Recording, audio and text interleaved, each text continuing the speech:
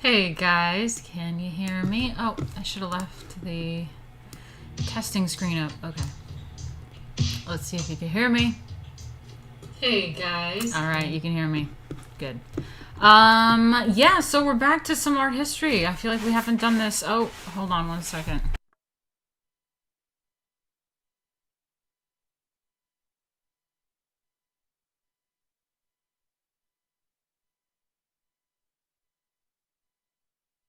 Okay, sorry about that. Anyway, yeah, haven't done art history stream in a hot minute, but I did have some people asking about it. Why is this really blown out now? It was like really not blown out before. So anyway, yeah, so we're back at it. Yeah, I kind of miss it. Miss the art history. How about you guys?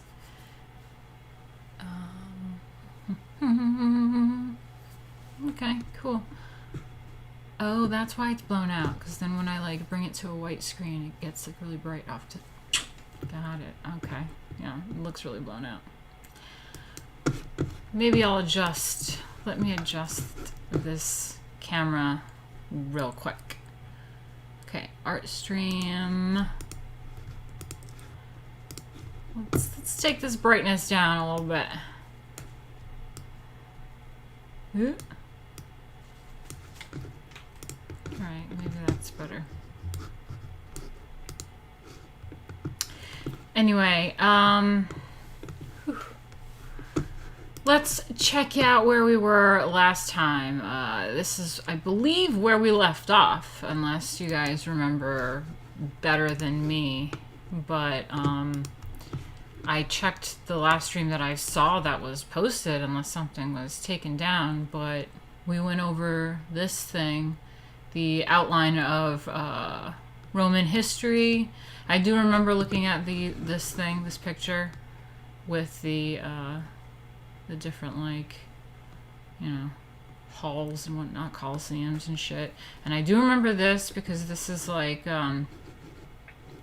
Republican temples. Yeah, it combined the Etruscan and Greek stuff, and this shit with the pillars, and it goes all the way around or something. And the staircase, it's like a mixture of all the different Etruscan and Roman stuff. And they have a lot of like tribute to like Greek stuff, but then they have like this guy, this like old man and stuff, and they did a little bit more realistic shit, all the wrinkles and all that, you know, like did it real life instead of all like glamorous and glorious.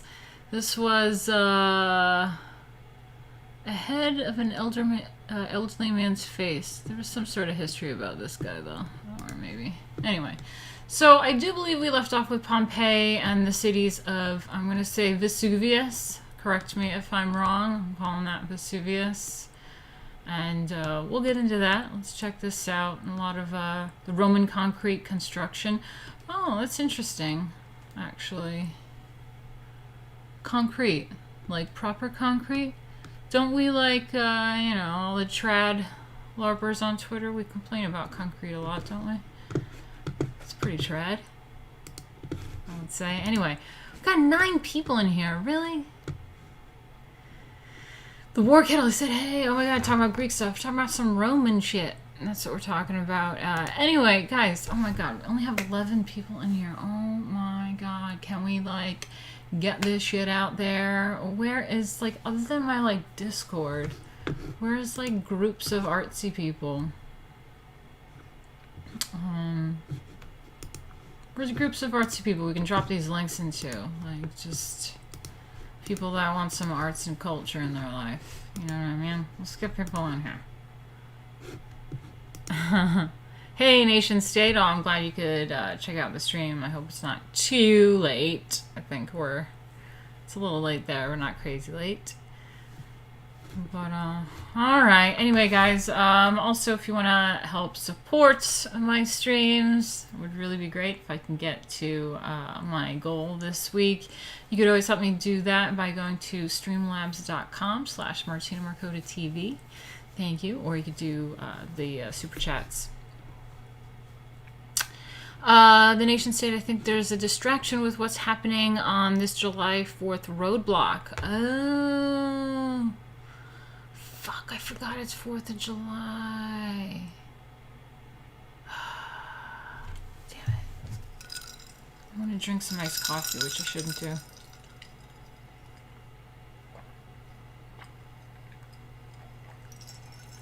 You guys know how I am. Coffee does not help. Don't worry about the amount of viewers. Doing great so far. Okay, thanks. Also, Martina made it to the quarterfinals voting. Resumes July 6th. Thanks, Jay.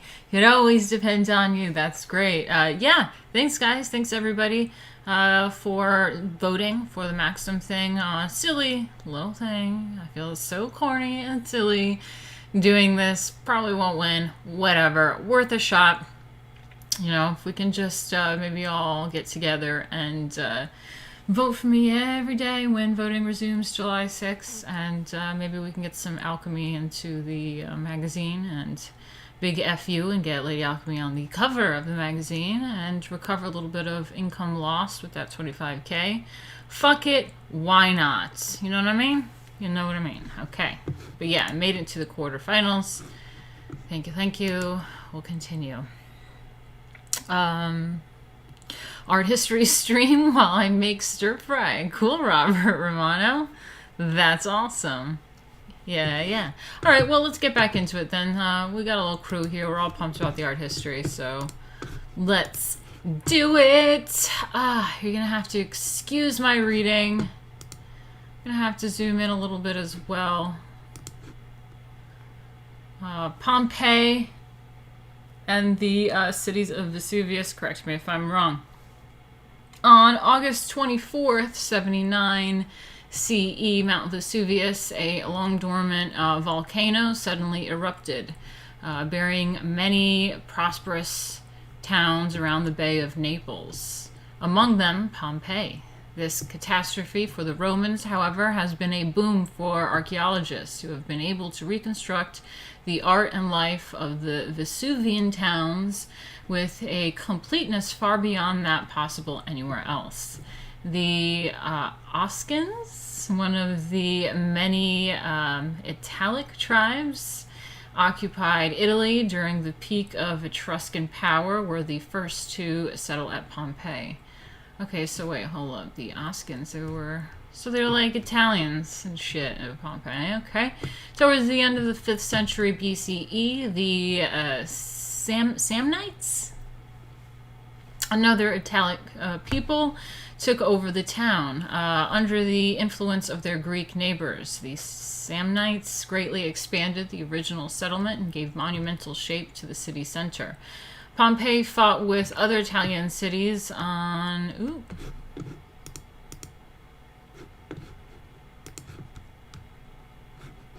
They fought with other Italian cities on the losing side against Rome in the so-called social war of the early 1st century BCE. Oh my god, a social war.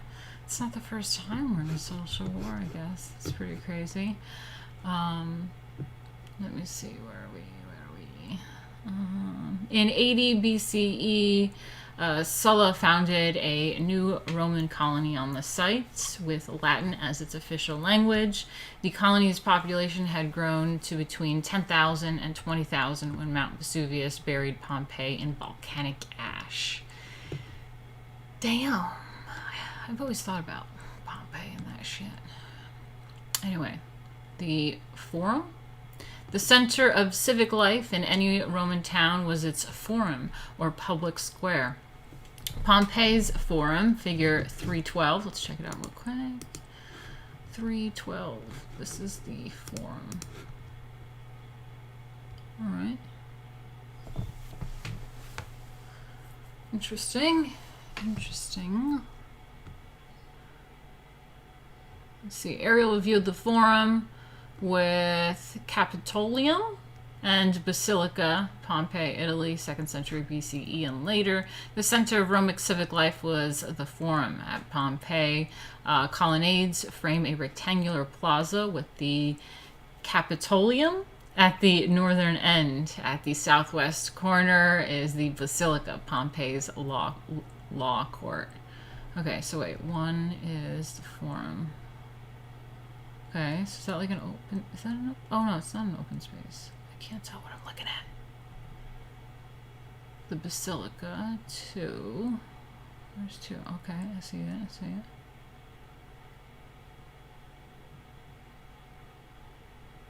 Oh, shit. It scared me. Fox Mulder.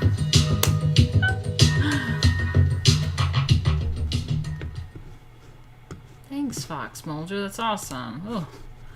There we go. What do you say? Didn't say anything. Thank you. It was nice to see you guys.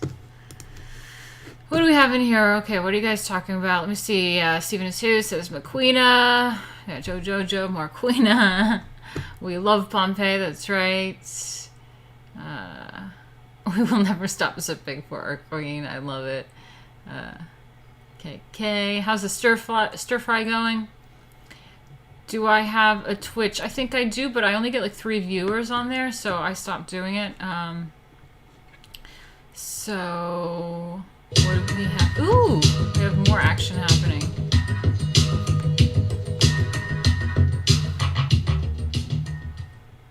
We're not simping enough.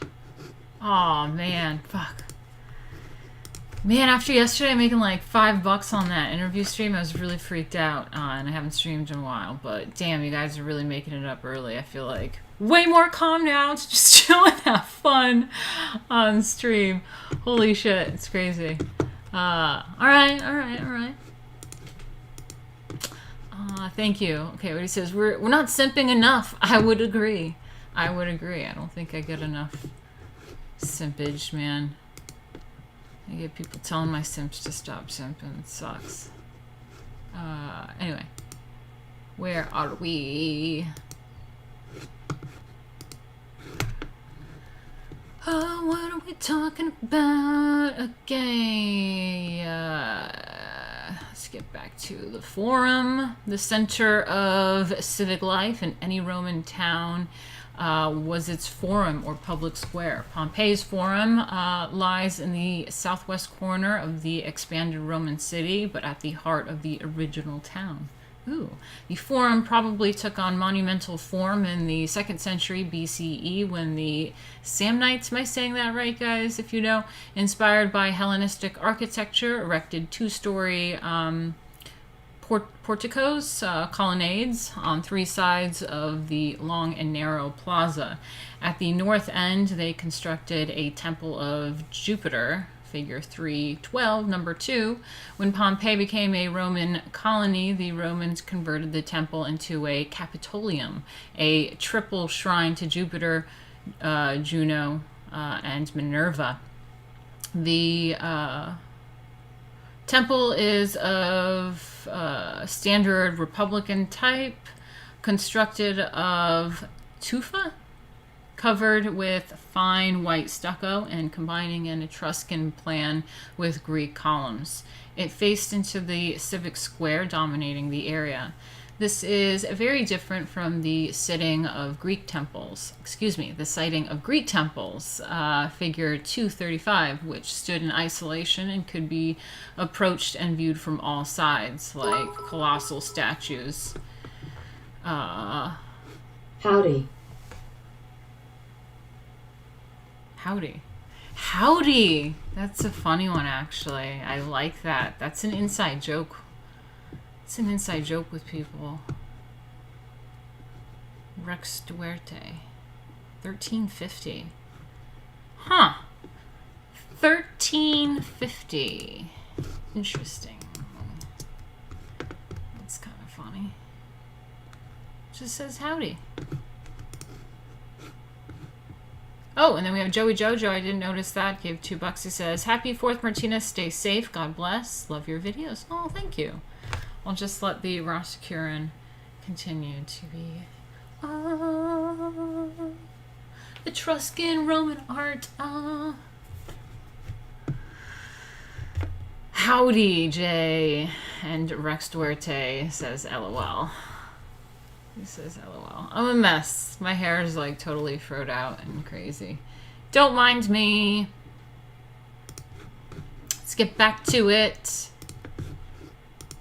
This coffee was a bad idea.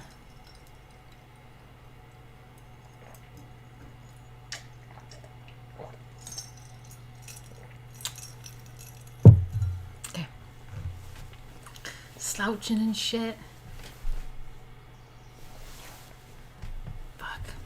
Okay, what do we got? The yeah, so basically they're saying it's that when they started doing the typical Roman shit was like taking the Etruscan and Greek style, but unlike the Greek where they like do it where it's like visible from like all sides around, they did the whole thing where there's like one front like entrance.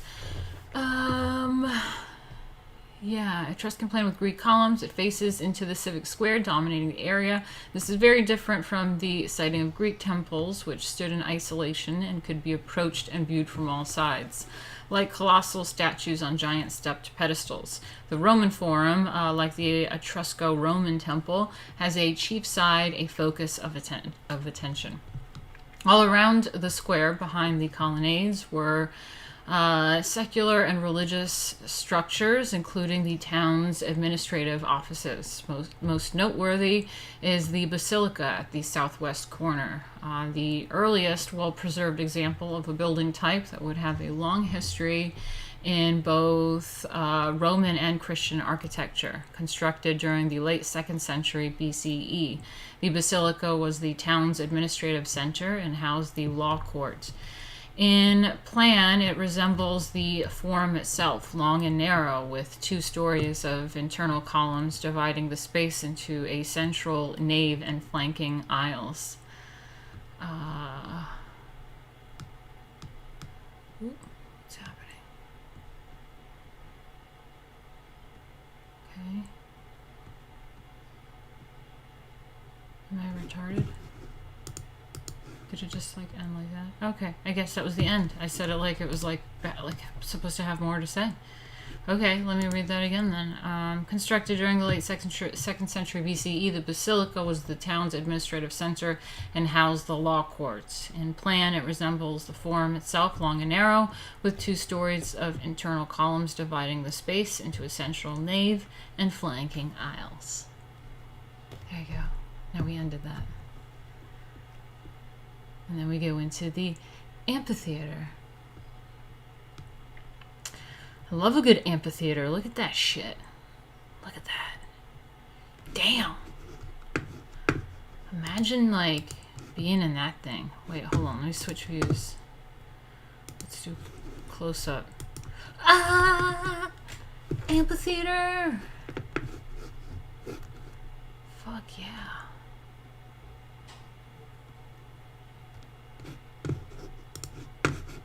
What would she yell in there? Anyway, howdy, you got a bigger fro than mine. I do. What made it worse, Vesuvius erupted when Pompeii was celebrating the festival of Vulcanus. Ironic, I know. Earthquakes were seen as normal, and Pompeii had an influx due to the festival as well. Wow. Wow, wow, wow. We have one in Cyprus. An amphitheater. Oh, I think that's what you're talking about, War Kettle. Yeah, for sure. Man, Cyprus. Fuck, that must be so nice. Anyway, let's see. Let me back this up a little bit. Let's look at this amphitheater.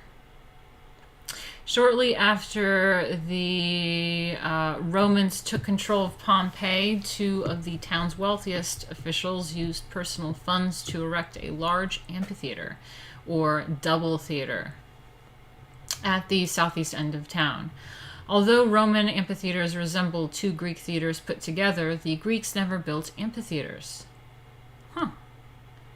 Greek theaters were situated on natural hillsides, but supporting an amphitheater's continuous elliptical cavea seating area required building an artificial mountain. Damn. Aerial view of the amphitheater in Pompeii, Italy, circa 70 BCE. Pompeii boasts the earliest known amphitheater. Roman concrete technology made its elliptical cavea possible. Is that how you say it? The Pompeians staged bloody gladiatorial combats and wild animal hunts in the arena. Yeah, pretty badass. Anyway, so then they get into like this Roman concrete construction, which is quite interesting. Got some masonry shit, you know. This is what I love about art history, actually, is that it's like, it's not just like paintings and shit. It's like architecture and things like that. It's It's pretty cool. Art history is a lot more depth than people give it credit for a lot of the times. Anyway. Okay, my own husband is not even watching me. He's watching the coverage of Mount Rushmore. Shit, we should be watching coverage of Mount Rushmore. That's some art shit. That's some cultural art shit to do. Soon our supervolcano should erupt. Really? Yo, if you guys want to see a modern age version of Pompeii, keep an eye on New Zealand. We have a lot of quakes. We're getting used to them. Damn, that probably resonated with you, huh? Wow. Wow. Well, like, I don't know. Yeah, exactly, Jay. I would, like, watch it, but, like, I wish we could do, like, a watch with, like, commentary thing. Like, that should be allowed. Maybe we can switch over to, like, D-Live for a minute or something. I don't know. But, like, that should be allowed to have, like, commentary while we watch, like, news and shit. That's, like, come on. But that would be a good stream all on its own. Fuck. Why didn't someone tell me about this? I try not to pay attention to shit. What the hell? Come on, Jack. You gotta tell me these things. Mount Rushmore, seriously. That's totally... We should go to that chapter right now. But I already, like, promoted that we're doing Pompeii and shit. Ah, fuck. Fuck. I don't know what to do. I was in the middle of doing this.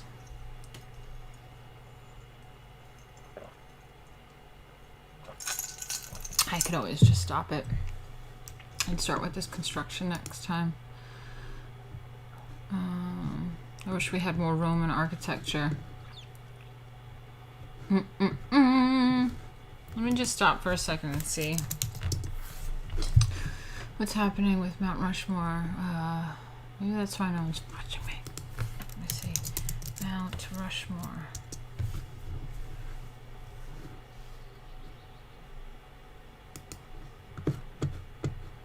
Oh, it's just Independence Day fireworks that Trump is hosting?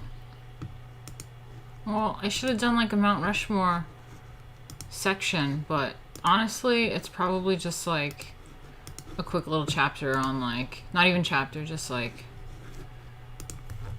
little like blurb, paragraph or so of like Mount Rushmore, and that's it. So, okay, well. Alright, that's that. That answers my question if I should change up today's thing. I don't think there's anything I can do. He's giving a speech. Okay, well, you know. That happens. Theme parks are gay. I wish we had more Roman architecture. Well, I don't know where you are, but over in the Northeast, we do have a lot of that kind of style in New York and stuff. A lot of our estates and manors and buildings in New York City and upstate, the estates and stuff have that kind of style and columns, and it's very regal. Happy 4th of July, freedom, justice. Alright, I might just take a break, guys, if you don't mind, and we'll get back to it. Have we only been live for 30 minutes, really? And I gotta, like, go already. Oh, God. Alright, I'm just gonna take a quick break, and we'll get back into it. Give me a second. Few minutes.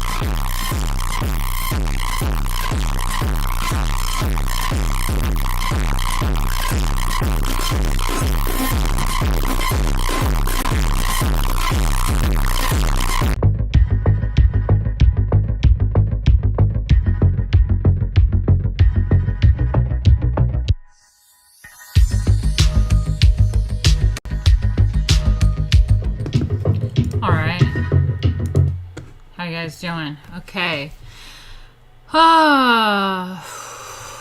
Let's check in with what you guys are talking about and fix this hair.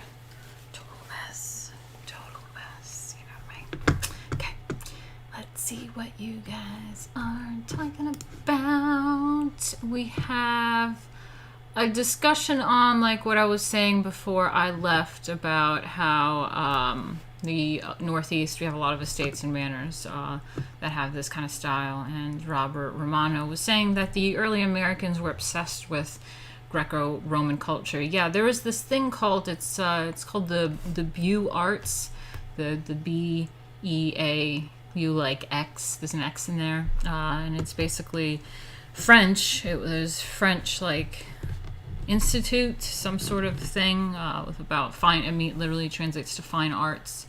So there was this style of the Beaux Arts architecture was like I think Victorian times and stuff. It was like 1800s or whatever, and they, when America was being built and stuff, they definitely loved all the Beaux Arts, the fine arts. That's where Grand Central Station is built in that style. The old Penn Station was built in that style until they tore it down and built the modern piece of crap, technically modern piece of crap that's like in the modern, not contemporary, modern time period, and I do believe, the end of it or something, because it started much earlier than people realize. But anyway, the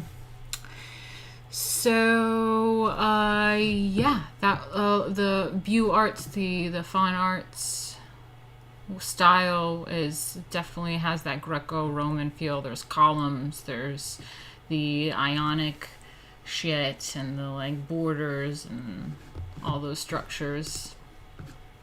It's really great. All right, let me see what you guys are talking about. Yeah, the concept of American elections was derived from the Greeks, says Jay. Meanwhile, the nation state, who's British, says, meanwhile, in southwest London, we have another party being crashed by the police. Oh, you're talking about, like, protesters and shit going on. Okay, yeah. Sam Jarvis says, early Americans wanted to emulate ancient Rome. Jay Wills, also the concept of Congress is Greek. Also, if you look at the Congress building, you can see the fasces, a bundle of sticks tied around an axe, which was a Roman symbol for the collective strength of the people and the republic. Yeah, that's right. The fasces is also on the Abe Lincoln, in D.C. there. Sam Jarvis says, it's not entirely accurate to state that the concept originates from Greeks. More accurately, you should say America got its version of elections in Congress from Greece.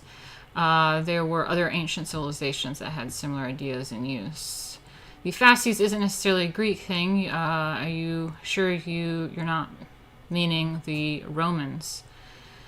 I think it's the Romans something, yeah. Comes out of the neoclassical tradition at the tail end of the Renaissance. Jay Will says, I meant Rome. Sam Jarvis, LOL, my bad.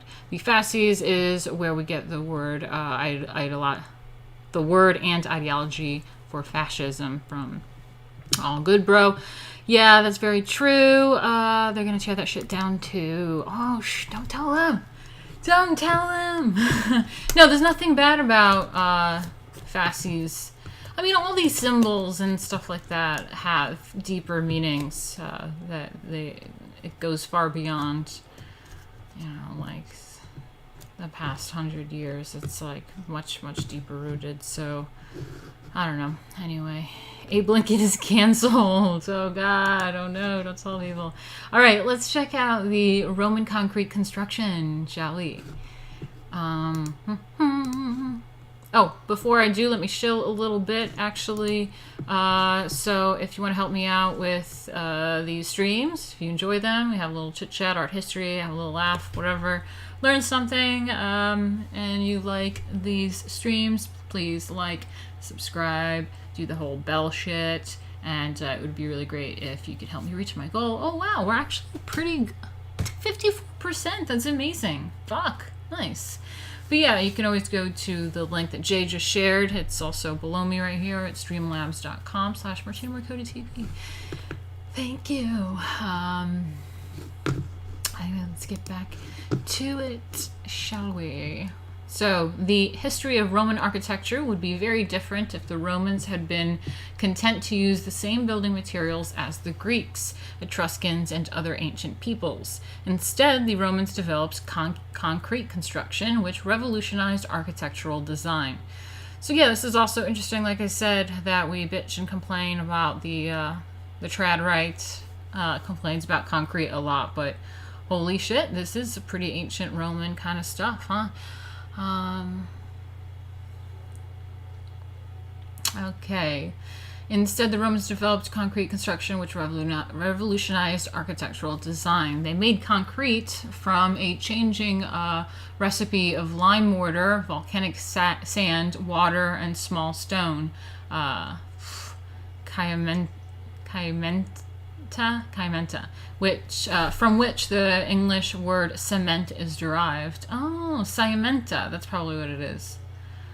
Huh, cool. Builders placed a mixture of wooden frames and left it to dry and to bond with brick or stone facing. When the concrete dried completely, they removed the wooden molds, leaving behind a solid mass of great strength. Though rough in appearance, the Romans often covered the rough concrete with stucco or with marble revetment facing, like a veneer. Despite this lengthy procedure, concrete walls were much less costly to construct than walls of imported Greek marble or even local tufa and travertine. Romans painted on it as well, so it wasn't plain, said Stephen too. It's true. Sam Jarvis says the lime water can come from obliterating either seashells or limestone for the mix. Cool. Thanks for that. Cool. Okay, let's see. The advantages of concrete go well beyond cost, however. It is possible to fashion concrete shapes that masonry construction cannot achieve, especially huge vaulted and domed rooms without internal supports. The Romans came to prefer these to the Greek and Etruscan post and lintel structures. Concrete enabled Roman builders to think of architecture in revolutionary ways. The Roman concrete became a vehicle for shaping architectural space. The most common types of Roman concrete vaults and domes are barrel vaults, also called the tunnel vault. The barrel vault, figure 314. Let's check this out. Hold on. Ooh, shit.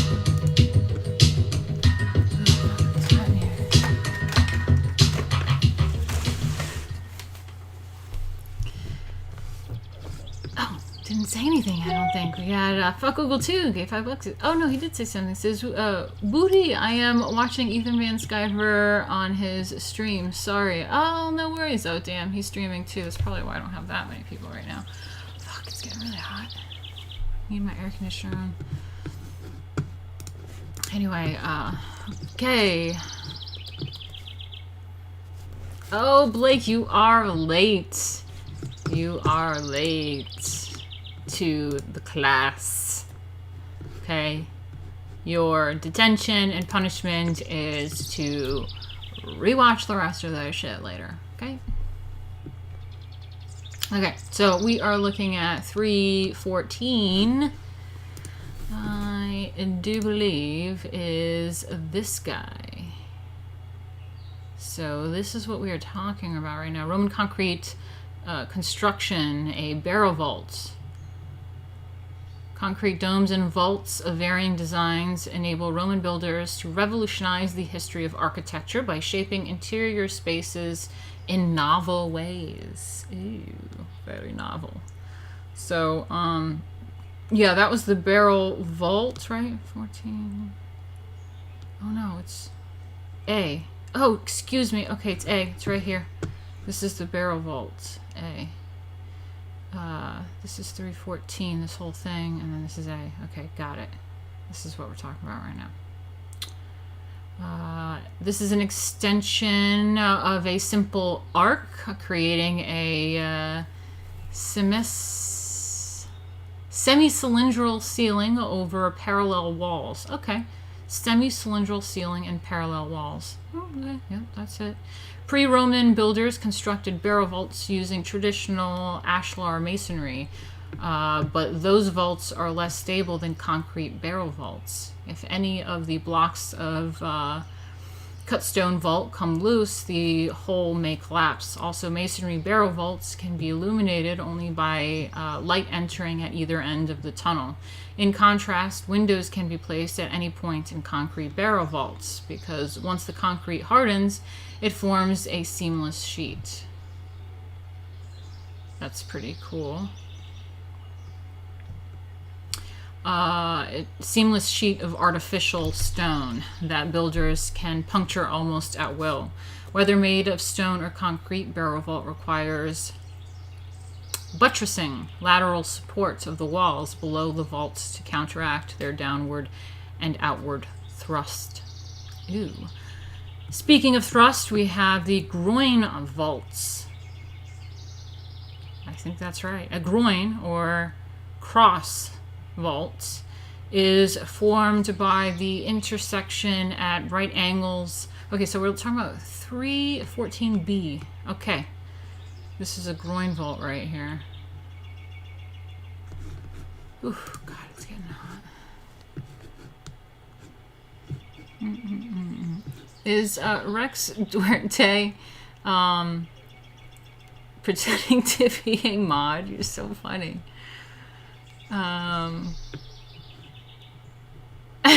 You're so funny. I kind of like it. It's cute. Okay, anyway. This is the groin vault.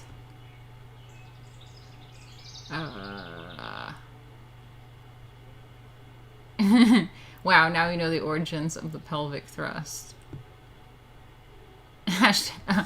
Wrench, no, not all. Okay, so the groin vault is formed by the intersection at right angles of two barrel vaults of equal size. Besides appearing lighter than the barrel vault, the groin vault needs less buttressing.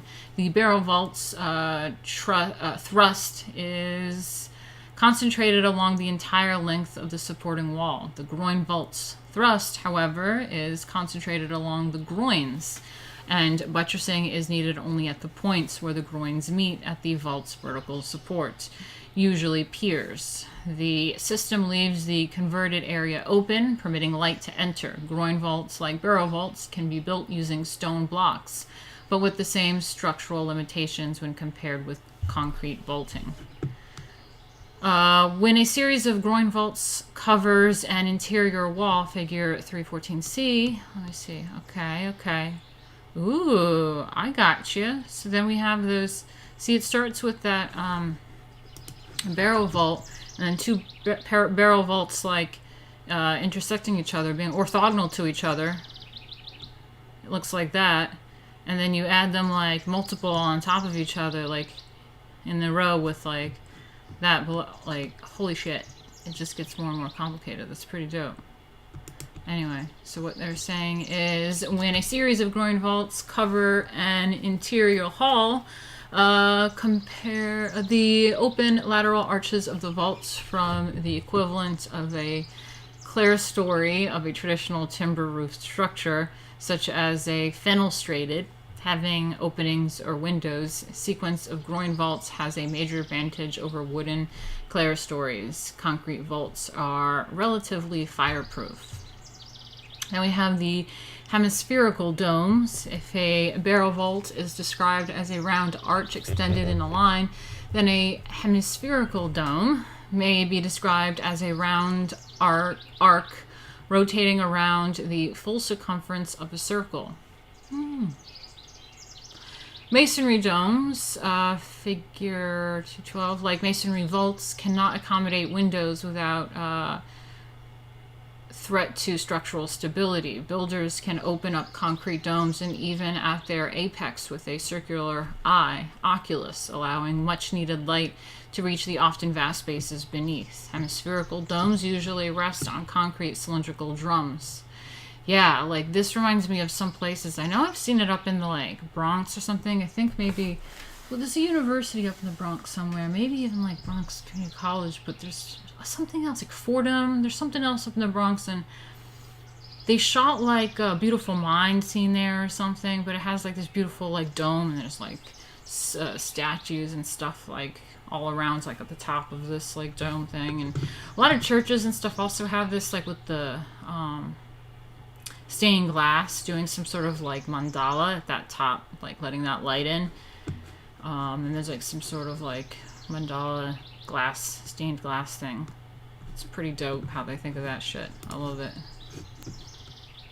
Groin Vault University. Major in thrusts.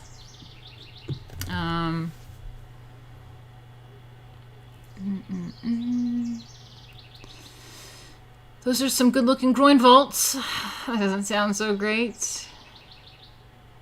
The groin vault's thrust is concentrated along the groins. No shit. You guys are loving this. Consequently, ancient Roman masons would stuff their groin vaults with gym socks to enhance the visual size of the structure. I love it. Groin vault, how degenerate. Alright. You love it. You love to see it. They look like baby silos. Oh, that's cute. Okay. I'm so fucking thirsty. I should have brought water in here. Thirsty. Might have another break soon. Okay, let's see where we're at with this. Yeah, we got the hemispherical domes and shit. And we have the Roman house. Okay. Let's look at that a little bit. The entrance to a typical Roman domus, private house, was through a narrow foyer, fosses, which led to a large central reception area. The atrium, the rooms flanking the fosses could open onto the atrium as figure 316 or onto the street, in which case they were rented out as shops. The roof over the atrium was partially open to the sky, but not only to admit a light, but also to channel rainwater into a basin. Impluvium below. The water could be stored in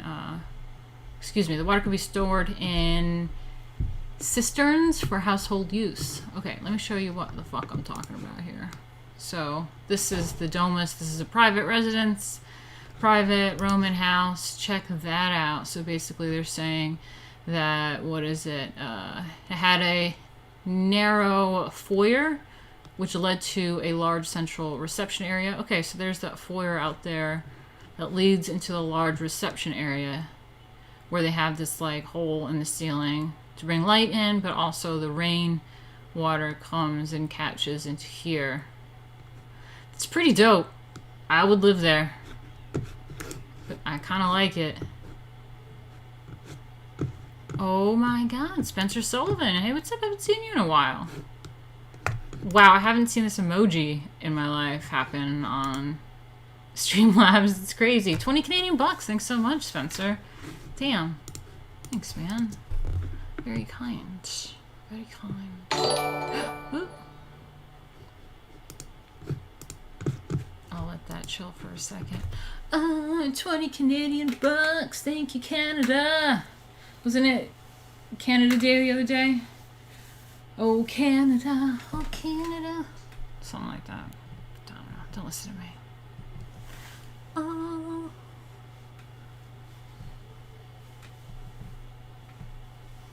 Just gonna leave that up.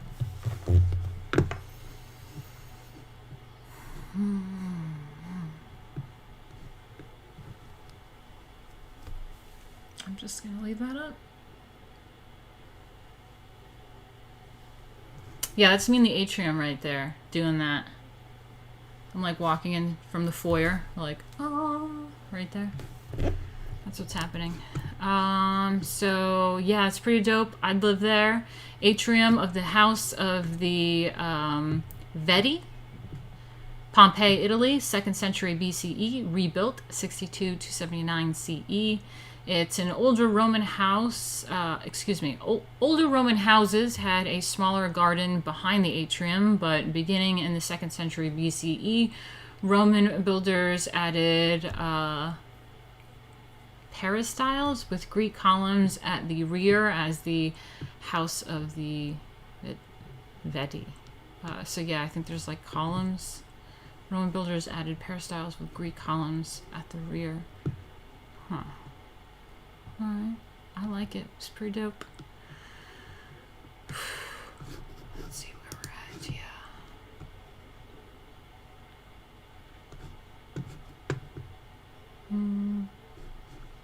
Okay.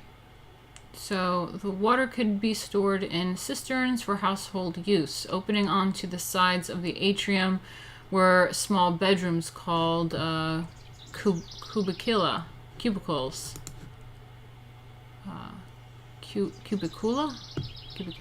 And alley wings. At the back was the owner's tablinum, or home office. Ooh, I love that. I'm gonna call my home office. Here, let me show you guys where it is. You guys know how to say that? Tablinum. Jack, we're gonna bring that back. That's our home office. I'm gonna put that in the Discord. Jack, our home office will be referred to as God, I'm sweating my ass off. As a, there you go. Sweet. Tablinum.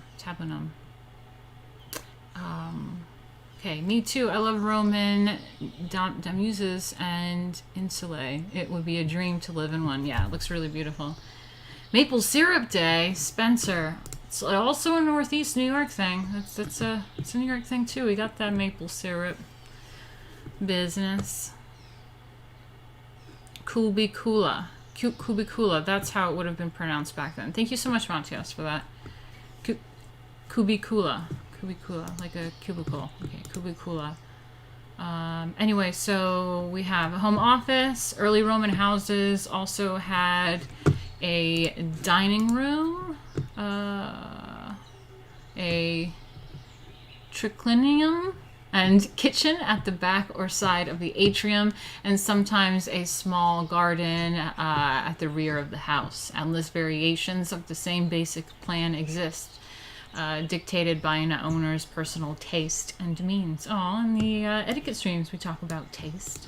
The size and shape of the lot purchased and so forth, but all Roman houses of this type were inward-looking in nature. Oh, I love that. The design shut out street noise and dust, and all internal activity focused on the brightly illuminated atrium at the center of the residence. Kind of love that. I want to have that. That's pretty dope. I can get a place in Europe. Just get like one of these. During the 2nd century BCE, the Roman house took on Greek airs. Builders added a peristyle colonnaded garden at the rear, as in figure 316. Okay, is that 8? Yeah, the peristyle is number 8. Okay, yeah, I see it. Let me see. Providing a second internal illumination source, as well as a pleasant setting for meals served in a summer Triclinium. The axial symmetry of the plan meant that on entering the fosses of the house, a visitor had a view through the atrium directly into the peristyle garden, which often boasted a fountain or pool, marble statuary, mural paintings, and mosaic floors. That sounds pretty awesome. So we have restored view and plan of a typical Roman house of late Republic and early Empire. John Berg. The one is the fosses. So yeah, the entrance over here all the way to the left, where you enter an atrium. And then 3 is the impluvium. That's that thing I think that collects the water. 4 is the cubicle. Where's that? 4. Oh yeah, we got cubicles. Bunch of different cubicles. Cool. Different rooms. And then Allah, number 5. What the fuck is that? Tablinium, 6. Okay, and then that goes through to that outside garden, the peristyle, and stuff like that. Oh, very nice, very nice. The House of Veti.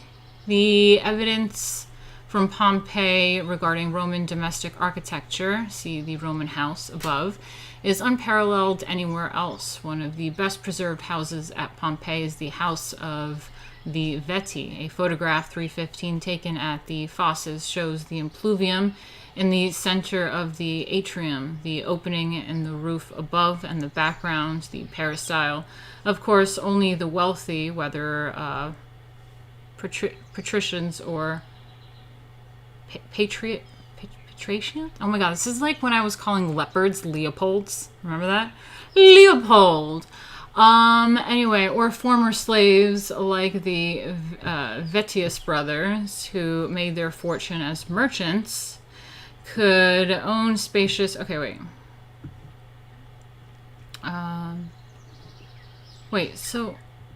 Former slaves like the Vesuvius brothers, who made their fortune as merchants. So they're former slaves that became merchants, could own spacious private houses with internal colonnades. The masses, especially in expensive cities like Rome, lived in multi-story apartment houses. Well, I want one of those fancy houses, that's for sure. Shit. Alright. Damn, I'm barely getting through this shit.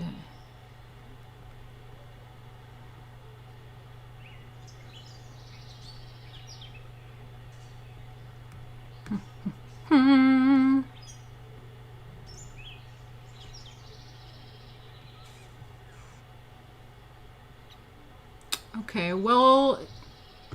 Oh, no, that's not right. Sorry. I'm just checking on you guys. How you doing? Leopards! You also remember what I said race for the Rea... No, it's the way that she said it too in the pronunciation thing. Rea Swaria. Domuses and villas that were owned outside of Rome were much more elegant and huge. Yeah, I mean, just like today. We've got city apartments and then houses outside the city. They don't make them like they used to. Yeah.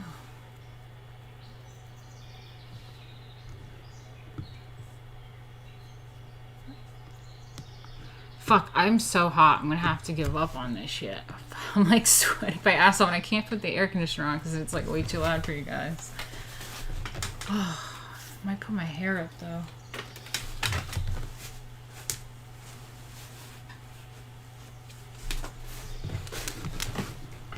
Fuck.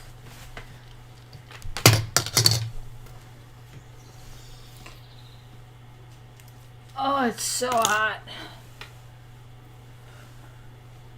So goddamn hot. I don't know about you guys, but when it's hot in New York, I just feel like it's hot all over the world. Oh my god.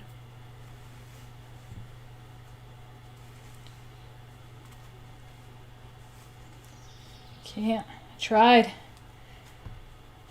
I I tried to look like a decent human being. Oh, God. All right. Yeah, if you were granted freedom, you could become a merchant, but you couldn't have any political power if you weren't a citizen. All right. All right. Let's read a little bit more. It's only been an hour. All right, I might do a break. I gotta go to the bathroom and get a drink. Fuck hot. Let me see. I don't know how long these commercials are. I might just do the same commercial. All right, see you guys in a few minutes.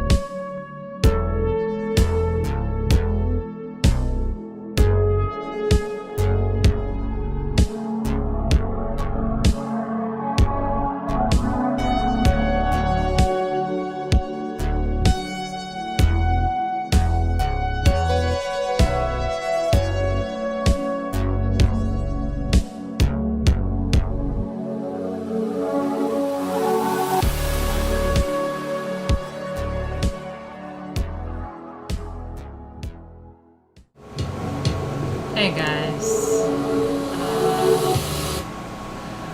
Whew. Okay. Oh shit, can you hear that? Hold on, let me turn this back on. Hey guys. Whew. Oh, Can you hear that air Can you hear conditioner? that? Let me turn this back on. Can you hear air conditioner? Alright, maybe I'll turn it off a little bit.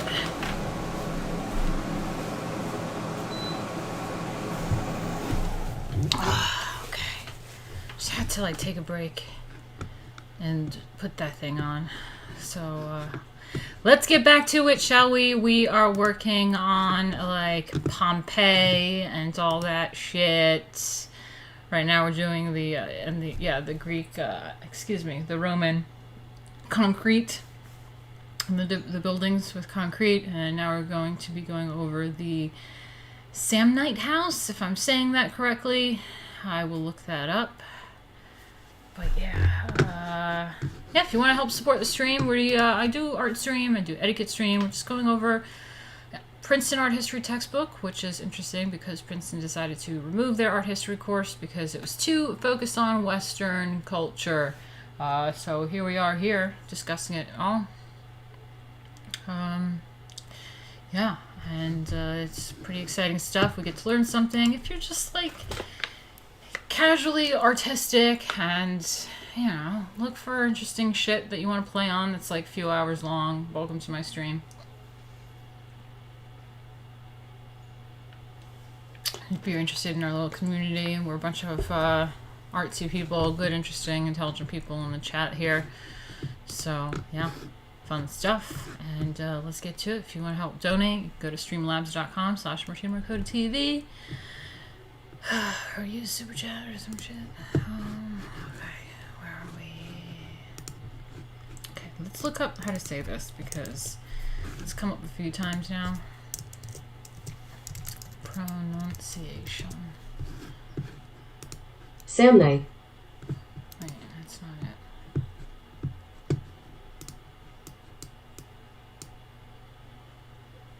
Samnite. Somnite. Samnite. Somnite. Okay. Somnite. Let's do it.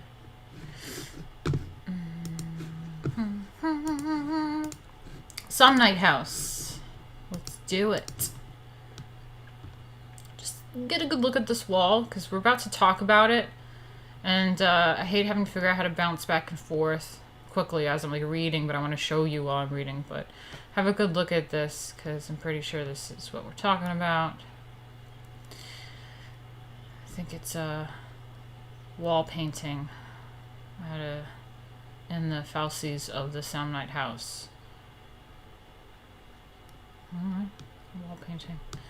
So the Samnite house, the houses and villas around Mount Vesuvius have also yielded the most complete record of the changing fashions in fresco painting anywhere in the ancient world. Art historians divide the various Roman mural types into 4 so-called Pompeian styles. In the first style, the decorator's aim was to imitate costly marble panels, for example, those seen in Figure 319, so something we've seen before, using painted stucco relief. In the facies, 317 up here, that we were just looking at, of the Samnite house at Herculaneum, a stunning illusion of walls constructed, or at least faced, with marbles imported from quarries all over the Mediterranean greets visitors to the house.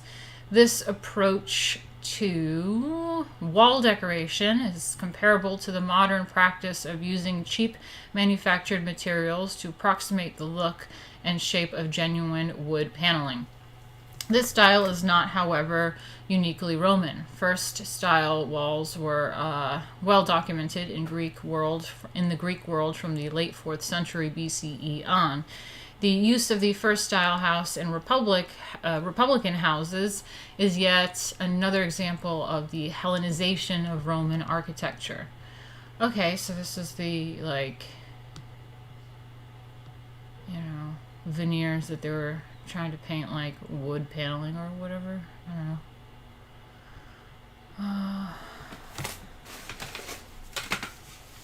Yeah, so these are first style murals. The decorator's aim was to imitate costly marble panels using painted stucco relief. The style is Greek in origin and another example of the Hellenization of Republican architecture. Okay. Interesting.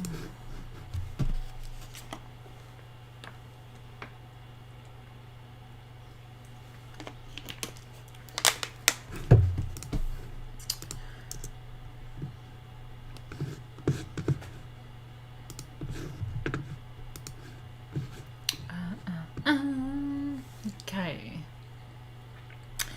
Villa of the Mysteries. Ooh. The second style, introduced around 80 BCE, seems to be a Roman innovation and is in most respects the antithesis of the first style. Second style painters aim to dissolve a room's confining walls and replace them with the illusion of an imaginary three-dimensional world. An early example of the new style is the room that gives its name to the Villa of the Mysteries at Pompeii. 318. Okay, let's check it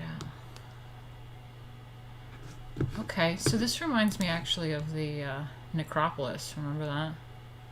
So it's like a room. And this is like on its walls. Oh. Like this.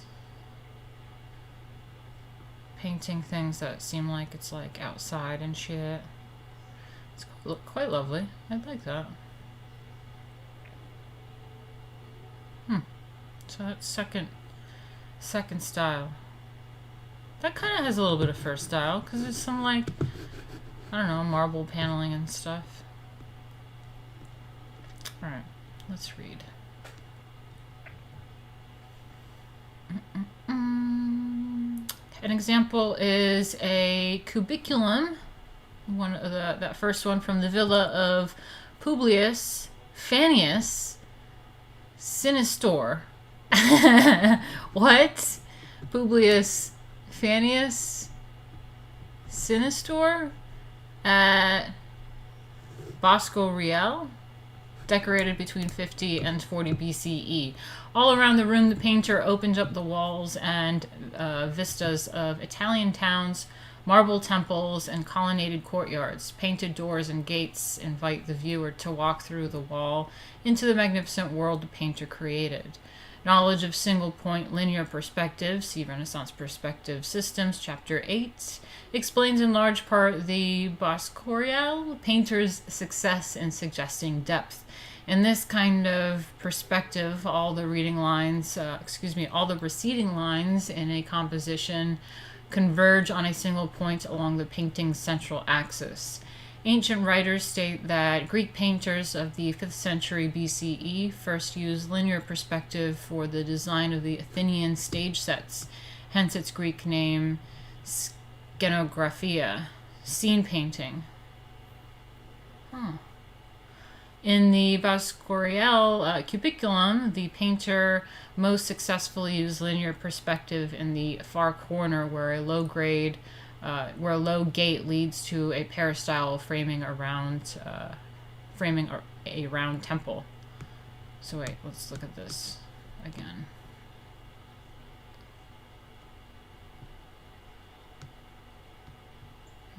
Okay, I guess. Oh, this is 319. Okay, yeah, I think this is the one we're talking about. So this is supposed to be like framing around like a temple. Yeah, I mean, cool.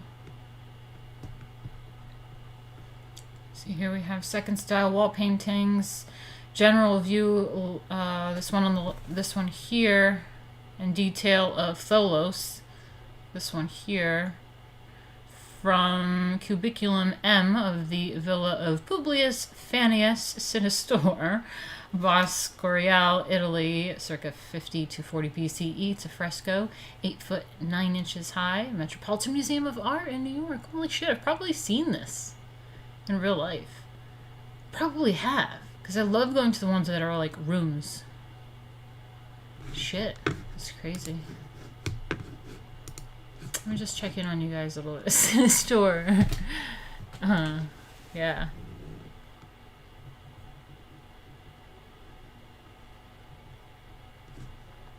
Let's see. Sounds like He-Man villain.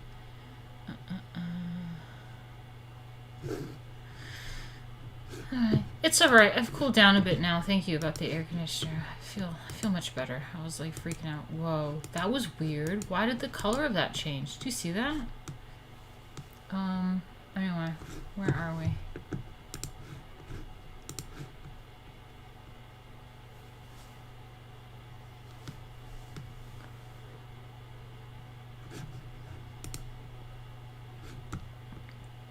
Second style painters created illusions of imaginary three-dimensional world on walls of Roman houses. The figures in this room act out the initiation rites of the mystery religion of diagnosis. Oh, okay. He had like a cult.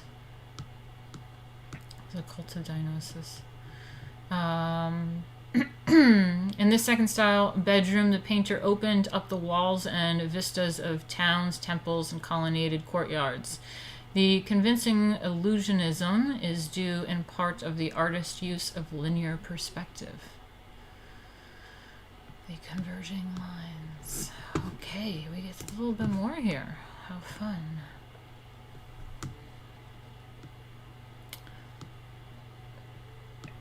Villa of Livia. Okay. Villa of Livia. The ultimate example of a second style picture window wall is the gardenscape in the Villa of Livia, wife of the Emperor Augustus at Prima Porta, just north of Rome. To suggest recession, the painter mastered another kind of perspective, atmospheric perspective, indicating depth by the increasingly blurred appearance of objects in the distance. At Livia's villa, the fence trees and birds in the foreground are precisely painted, whereas the details of the dense foliage in the background are indistinct. Ooh, 320. Let's see that one. 320. Oh, yeah. I see that. So it's like the mountain perspective in the background has that, like, mountain in the background look, and then there's like foliage in the foreground that makes you feel like you're in the middle of this forest and the mountains are around you. Not forest, but like, you know, you're in the nature. I love that. I'm gonna do that, but like Hudson Valley in my house. It's gonna be just like the Hudson Valley mountains. I'm like laying in a forest. Love it. Oh, Dan Smithen. Hey, what's up?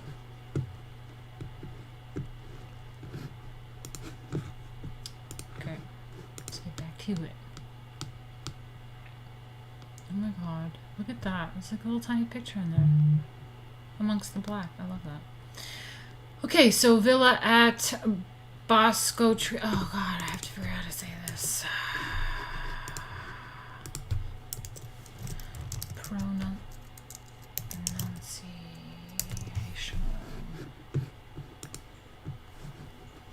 Pronouncenames.com.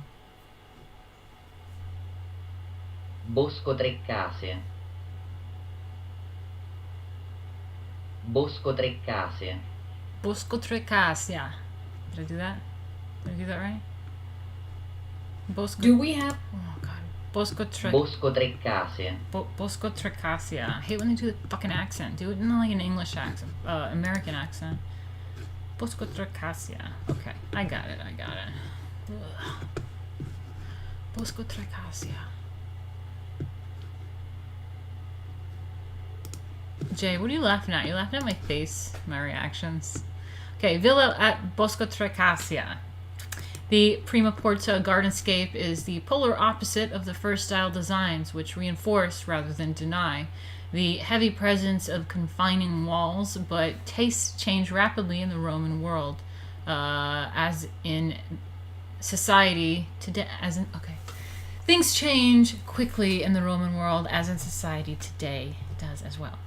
Not long after Livia had her villa painted, Roman patrons began to favor mural designs that reasserted the primacy of the wall surface. And the third style of Pompeian painting, popular from about 15 BCE to 60 CE, artists no longer attempted to replace the walls with three-dimensional worlds of their own creation, nor did they seek to imitate the appearance of the marble walls of Hellenistic kings. Instead, they decorated walls with delicate linear fantasies sketched on predominantly monochromatic, one-color backgrounds. One of the earliest examples of the third style is a room, figure 321, in the Villa of Agrippa. I love that. Posthumus at Bosco-Tricasia.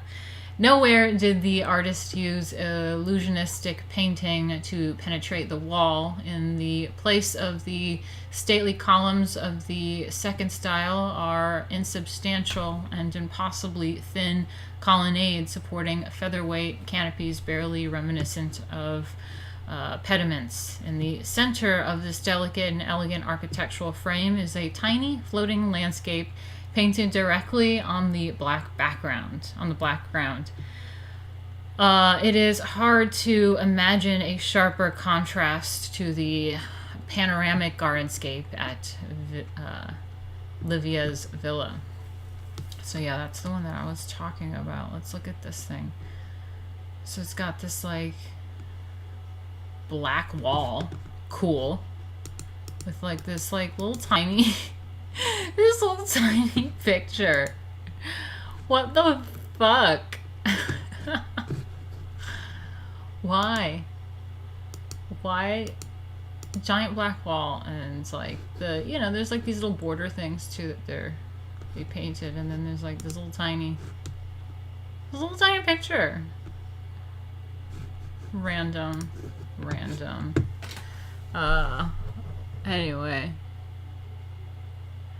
Let me see. I wonder if that's a sign of the late stages of a civilization accelerated change of culture. Livia Drusilla was the most powerful woman in the Roman Empire at the time. Oh, that's interesting. Love to hear about that. Coffee Frog says he's new here. Curious, is this chat mostly the same dozen folks? Yeah, pretty much. Yeah, always. Yeah, we have a little crew going on in here. It is the same dozen folk, but every once in a while we get a new person that pop in here, and yeah, it's kind of fun. We just talk about art history. I have an etiquette stream as well. We go over some etiquette, learn some new vocabulary, learn a few like old Victorian things. It's kind of interesting, various things. But yeah, so right now we're talking about like Pompeii and the like ancient Roman shit, Pompeii and all that stuff. Anyway, so we have, what were we getting to? 320. We did 321. No?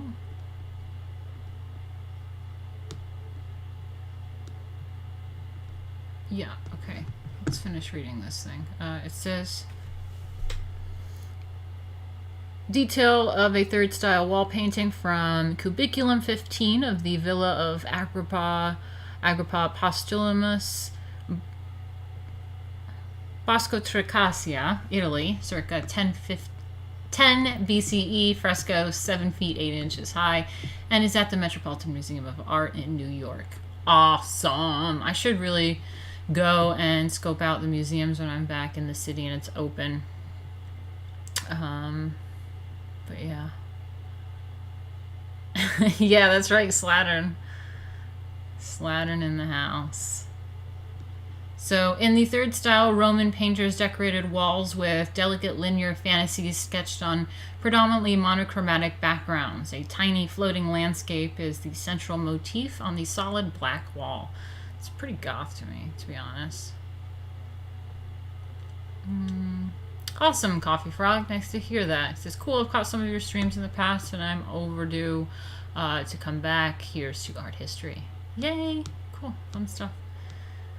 Okay, so then we are at the... Oh god, how do I say this, guys? Is that an L or an I? It's an I. Yeah, it's an I. Ixion? Is that how I say that?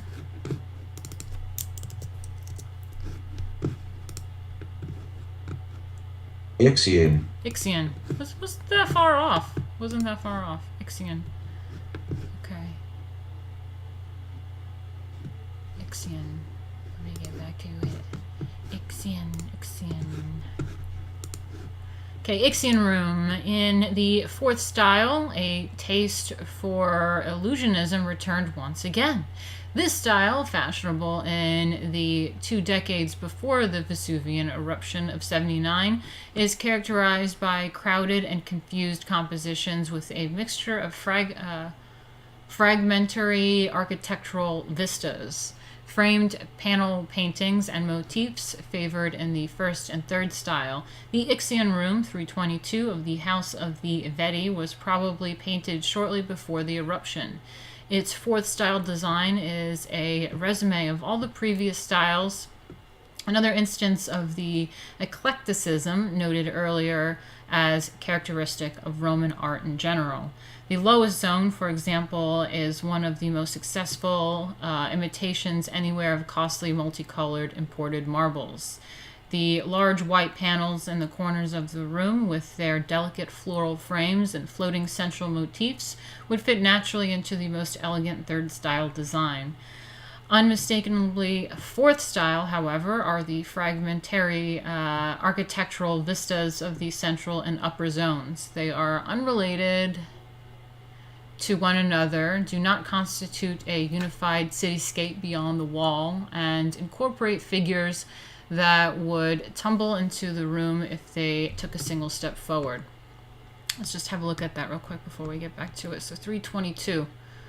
Yeah, so this apparently has all of the styles. Little motifs, the imitation of marbles and things, and then up here looks like there's the like scenescapes that have like dimension up there.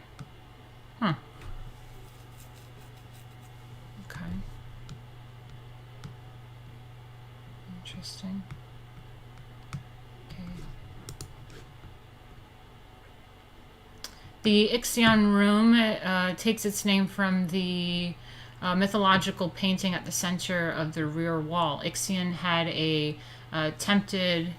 attempted to seduce Hera, and Zeus punished him by binding him to a perpetually spinning wheel. The painting on the 2 side walls also have Greek myths as subjects. The Ixion Room is a small private art gallery with framed paintings decorating the walls, as many as modern homes. Scholars long have believed that the models for these and the many other mythological paintings on 3rd and 4th style walls were lost Greek panels, although few, if any, of the mythological paintings at Pompeii can be described as true copies of old masters. They attest to the Romans' continuing admiration for Greek art. Yeah, they always really liked to copy that Greek art. Okay, where's this Ixion dude, though? Let me see.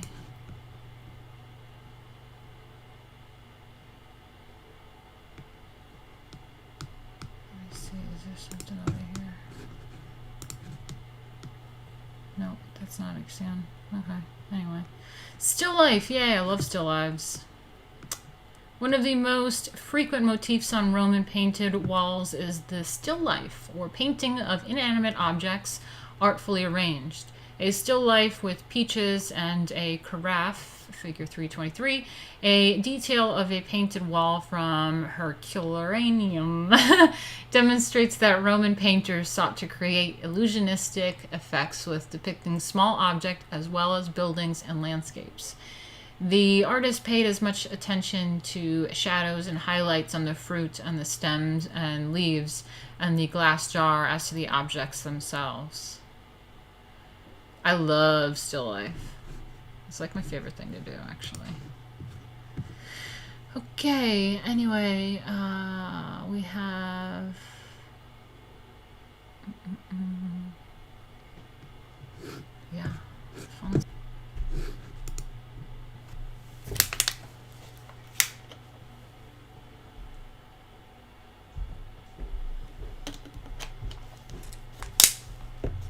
How are you guys doing? We'll continue on with this, but don't forget, if you guys want to help me out, it's going to show a little bit. You can always hit me up some Streamlabs. Help me reach my goal. I'm at 54.75%, which is pretty amazing. Thank you. Go to streamlabs.com/Martina Markota TV, or we can do some super chats. That would be cool. Okay, Herculaneum. Herculaneum. Thank you, Stephen is who. Herculaneum. Dan said that he's never been the biggest fan of still life. I prefer landscape. That just touches on the surreal. I like still lifes. I think they'd be really cute in like kitchens and little things like that.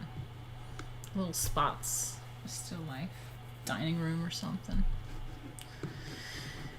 Anyway, we'll carry on a little bit longer. It's like 20 more minutes. Oh no, actually.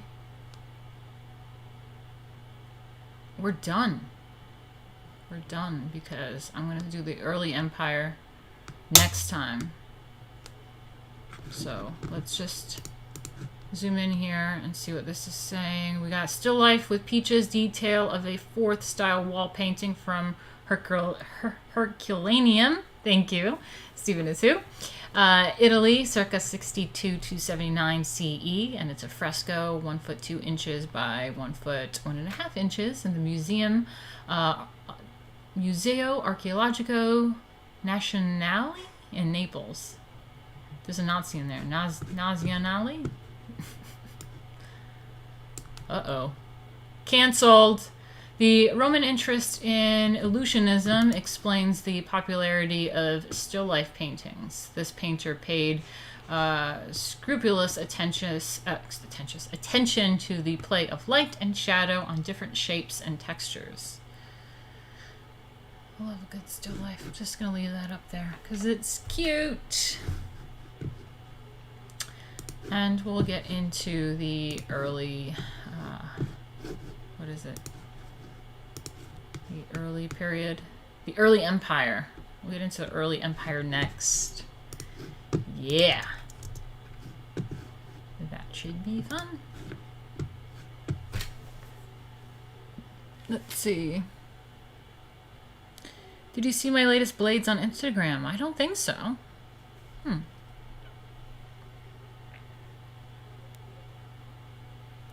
Yeah, that's right, Mattia. Still life art comes in handy when you want to learn how to paint realistically. I just think that's really elegant and I love it. I mean, most of the still life studies too, especially in like the Renaissance times, like just the very moody lighting and stuff. I love it. I mean, even in this one, which is like early Roman stuff, it has like, look at that, the glass and the reflection and the highlights and the shadows. That's really, I love that. It's so detailed.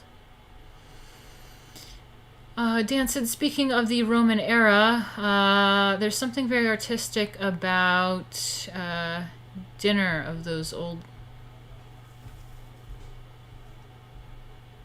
About dinner of the old swords?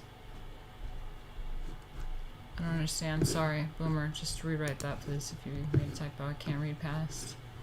Anyway, yeah. Anything else? You guys want to like chit chat? Any other facts about Rome and Pompeii that you want to share? A little chit chat.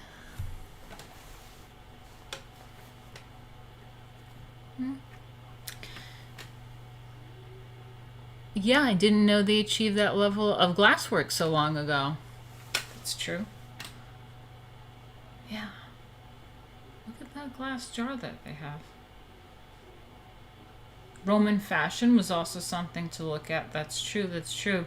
I've definitely looked up how to make some of they have like the names of the style of different dresses and cloaks and stuff that they make. That's pretty cool. Yeah.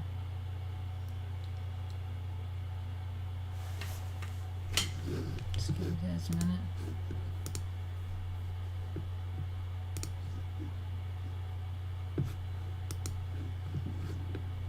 Ooh, just heard like fireworks or something.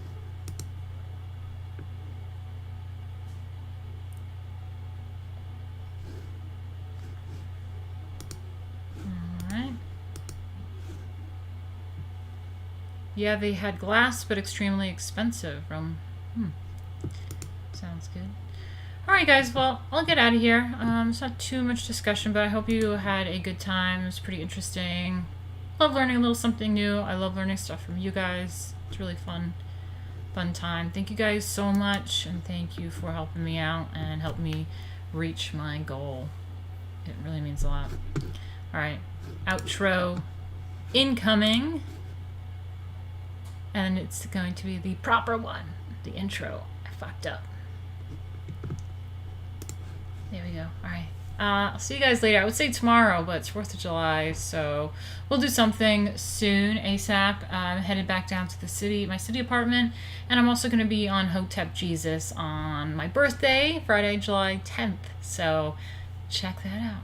Bye, guys.